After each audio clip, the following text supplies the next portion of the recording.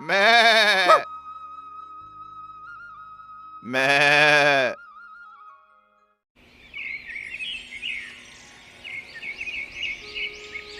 एक बहुत ही सुंदर गांव था। उस गांव में मुन्ना और श्याम नाम के दो किसान रहा करते थे।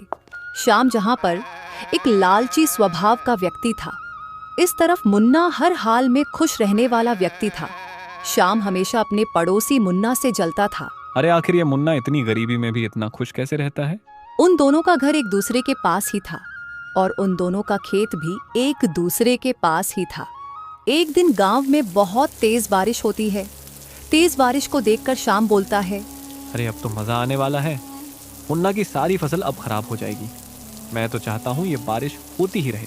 इस तरफ मुन्ना और मुन्ना की पत्नी, पति जी, बारिश तो बहुत तेज हो रही है और हमारी फसल पक गई है। इस बारिश के चलते कहीं ऐसा ना हो कि हमारी सारी पकी हुई फसल खराब हो जाए। अरे पत्नी जी, तुम चिंता क्यों करती हो? अब हम परेशान होकर बारिश को तो नहीं रोक सकते। अब जैसा रब चाहता है वैसा तो होगा ही, चाहे हम कुछ भी कर लें। अरे पति जी, पर मुझे यह समझ नहीं आ रहा है।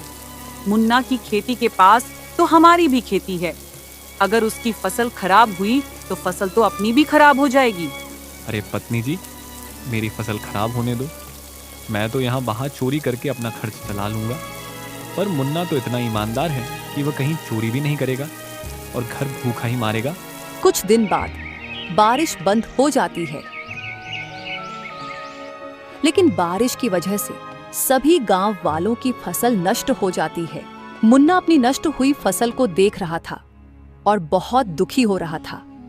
इस तरफ श्याम की फसल भी बर्बाद हो जाती है, लेकिन वह मुन्ना को दुखी देखकर खुश होता है और वह मुन्ना के पास जाता है। अरे मुन्ना, क्या बात, तुम कुछ ज्यादा ही परेशान हो रहे हो? फसल तो मेरी भी खराब हुई है, लेकिन मुझे तो कुछ गम नहीं हो रहा है।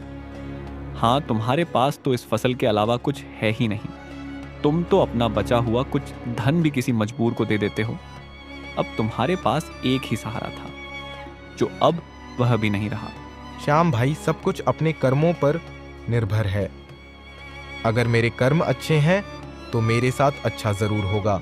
मुन्ना की यह बात सुनकर श्याम को बहुत गुस्सा आता है और वह वहां से चला जाता है। मुन्ना भी घर की तरफ निकल जाता है। क्या हुआ पति जी, आप परेशान लग रहे हो? कुछ नहीं पत्नी जी, सभी गांव वालों के साथ हमारी फसल भी नष्ट हो गई है।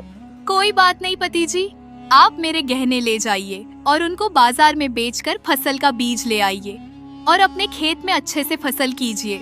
पर पत्नी जी, मैं तुम्हारे गहने कैसे बेच सकता हूँ? तुम्हें तो वह गहने बहुत पसंद है। पति जी, जब घर में खाने को कुछ होगा ही नहीं तो हम गहनों का क्या करेंगे? आप जाइए और उन गहनों को बाजार में बेच आइए। ठीक है पत्नी जी, तुम मुझे अपने गहने लाकर दे दो। मैं कल को जाकर फसल का बीज ले आऊंगा। मुन्ना की पत्नी अंदर जाती है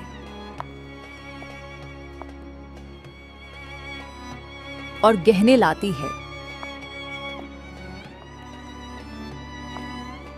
फिर वह गहने मुन्ना को देती है। उन दोनों की बात बाहर खड़ा हुआ श्याम सुन रहा था।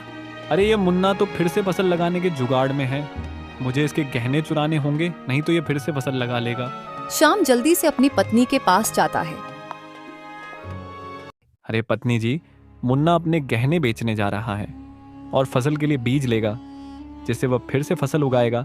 हमें कैसे ना कैसे करके उसके गहने को चुराना होगा। पति जी, रात होने दो। जब मुन्ना और उसकी पत्नी सो जाएंगे तब तुम जाकर उसके गहने चुरा लाना। ठीक है पत्नी जी, अब बस रात होने का इंतजार है।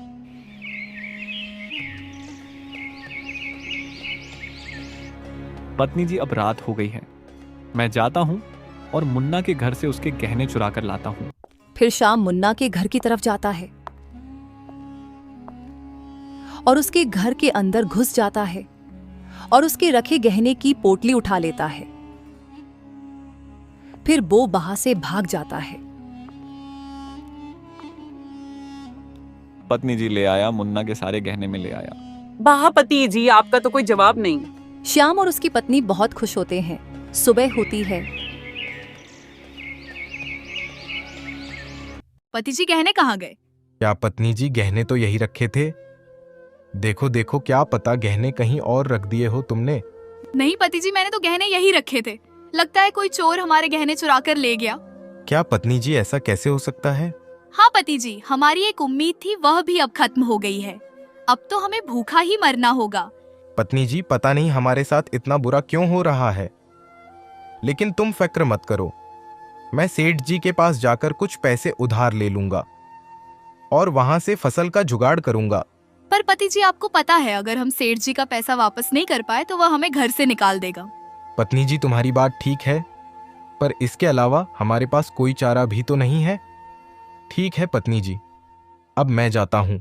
फिर मुन्ना सेठ जी की तरफ निकल जाता है। क्या हुआ मुन्ना भाई, आज तुम्हारे कदम मेरी तरफ कैसे आ गए? कुछ नहीं सेठ जी, बारिश की वजह से मेरी फसल नष्ट हो गई और अब रात मेरे घर चोरी भी हो गई। अब मेरे पास कोई फूटी कोड़ी भी नहीं, इसलिए मैं आपसे कुछ पैसे लेने आया हूं। आप मुझे कुछ पैसे दे दो, मेरी फसल काटने के बाद मैं आपको आपके पैसे ब्याज सहित लौटा दूंगा। ठीक है, मैं तुमको पैसे दे दूंगा, लेकिन तुम जानते हो अगर तुमने मेरे पैसे नहीं लौटाए तो मैं तुम्हारे साथ क्या करूंगा? सेठ जी, मैं आपके पैसे समय पर लौटा दूंगा। आप कृपा करके मुझे कुछ पैसे दे दें। सेठ मुन्ना को पैसे देने के लिए राजी हो जाता है और उसको कुछ पैसे दे देता है। मुन्ना पैसे लेकर जाता है।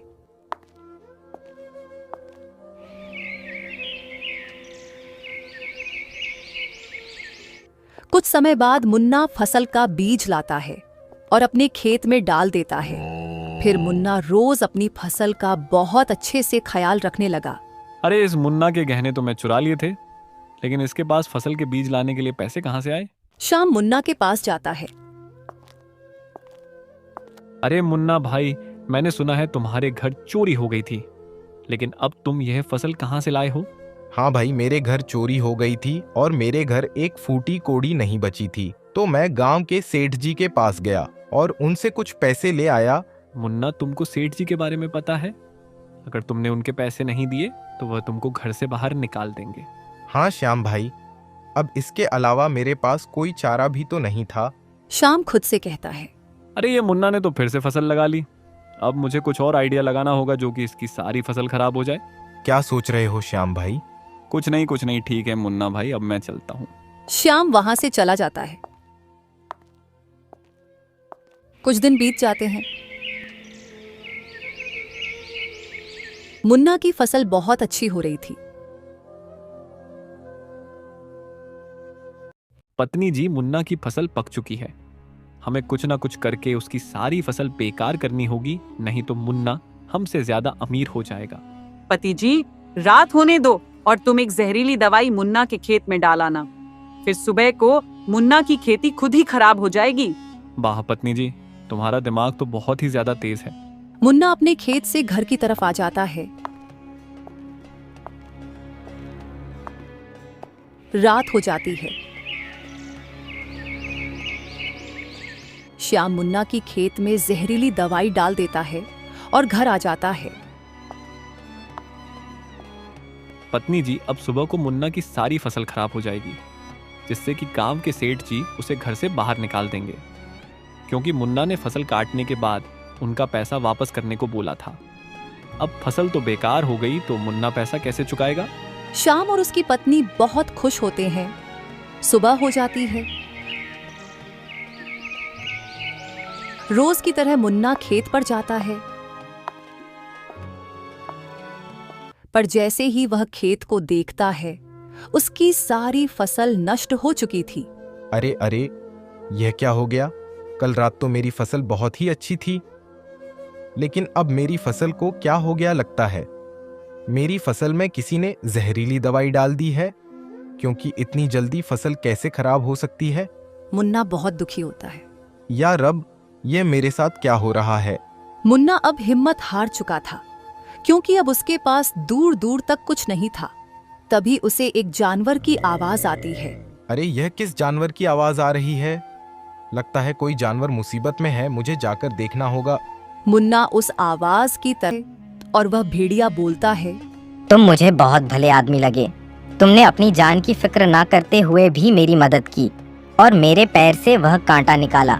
उस जानवर को बोलते हुए देखकर मुन्ना हक्का बक्का रह जाता है। अरे तुम तो बोलने वाले भेड़िए हो। हाँ, मैं बोलने वाला भेड़िया हूँ। तुम मुझे बहुत अच्छे लगे, आओ तुम मेरे पीछे आओ, मैं तुमको कुछ देना चाहता हूँ। मुन्ना उस भेड़िए के साथ उसके पीछे पीछे जाता है। वह भेड़िया उसे एक गुफा में लेकर जाता है। उस गुफा में बहुत सारा खजाना होता है। उस खजाने को देखकर मुन्ना चौंक जाता है। तभी वहाँ एक शेर और आता है। राजा जी, यह मेरा दोस्त है, इसने मेरी मदद की थी। अच्छा तो मांगो, तुम क्या मांगना चाहते हो? तुम जितना सोना चाहे यहाँ से ले जा सकते हो। मुन्ना उनकी बात सुनकर बहुत खुश हो जाता है और उस सोने में से एक सोने की पोटली उठा लेता है और वहां से आ जाता है। फिर मुन्ना बहुत अमीर हो जाता है और वह सेठ के पैसे भी लौटा देता है। फिर वह अपने लिए एक बहुत बड़ा घर बनाता है। श्याम उसकी अमीरी को देखकर सोच में पड़ जाता है। अरे ये मुन्ना इतनी जल्दी अमीर कैसे हो गया? और ये गांव के लोगों की मदद भी कर रहा है। आखिर इस पर वह पैसा कहां से आया? मुझे पता लगाना ही होगा। श्याम मुन्ना के पास जाता है और उसे उसकी अमीरी के बारे में पूछता है। मुन्ना सारी बात श्याम को बता देता है। लेकिन श्याम भाई, आप वहां मत जाना, क्योंकि वहां शेर और भेड़िया जैसे जानवर रहते हैं। अरे यह मुन्ना कितना पागल है। इसने मुझे खजाने की जगह बता दी और मुझे जानवरों के बारे में बताकर डराने की कोशिश कर रहा है। लेकिन मैं वहां जाकर सारा खजाना चुरा लूंगा। फिर श्याम जंगल की ओर निकल जाता है और उस गुफा के पास पहुंचता है।